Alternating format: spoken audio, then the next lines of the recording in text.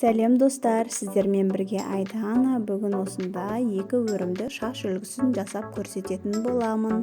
Шаш өру әрқашанда сәнді әрі әдемі көрінеді.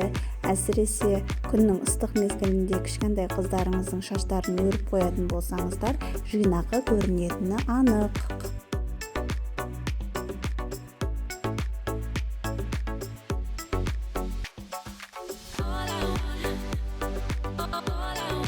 Ең әуелі шашымызды бір тегіс етіп тарап аламыз. Одан соң шашты екіге бөліп, бір бөлігін резинкамен жай қысып қоямыз.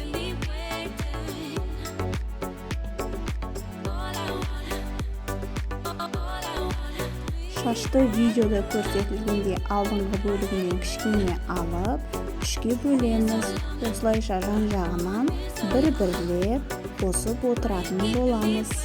Осылайша екі шетінен алу арқылы соңына дейін өретін боламыз.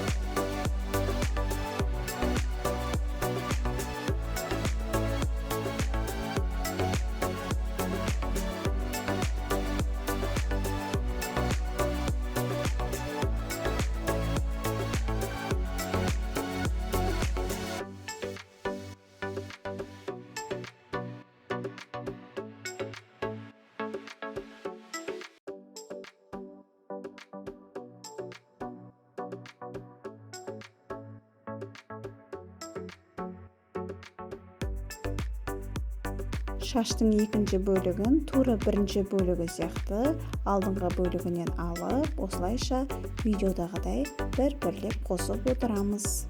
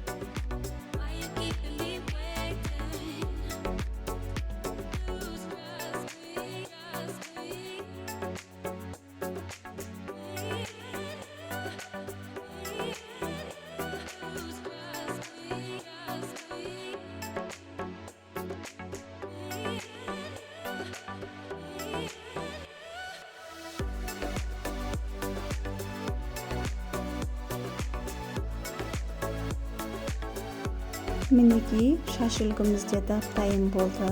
Егер сіздерге видеомыз ұнаған болса, каналыма жазылып, лайк басып, комментарий жазуды ұмытпаңыздар.